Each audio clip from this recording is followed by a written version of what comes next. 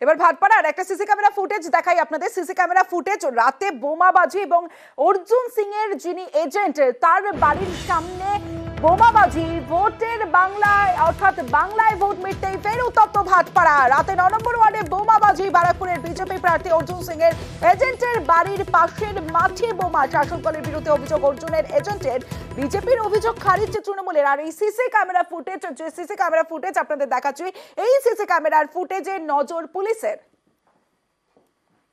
तुरंत जो है हम थाना को फ़ोन किया, थाना के पीसीओसी लोग यहाँ पे पहुँच चुके थे। उन्होंने कहा, मैं तुरंत यहाँ स्पॉट पे आया, देखा कि बम चला है, पूरी भीड़ लगी हुई है। लोग बोले कि एक गाड़ी गई थी, वही गाड़ी जो चलाते हुए तेज़ में गाड़ी टाल के भागा है।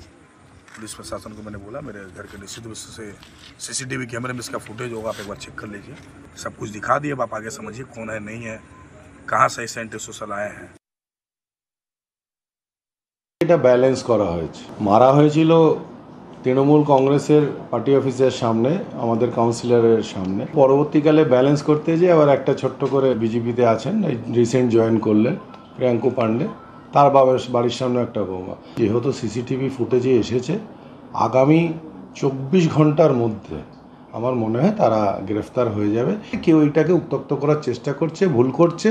এটা 2019 নয়, যারাই করার চেষ্টা করছে তারা ফাঁদে পড়ে যাবে। প্রশাসন খুব শিগগিরই এটাকে বের করে নেবে।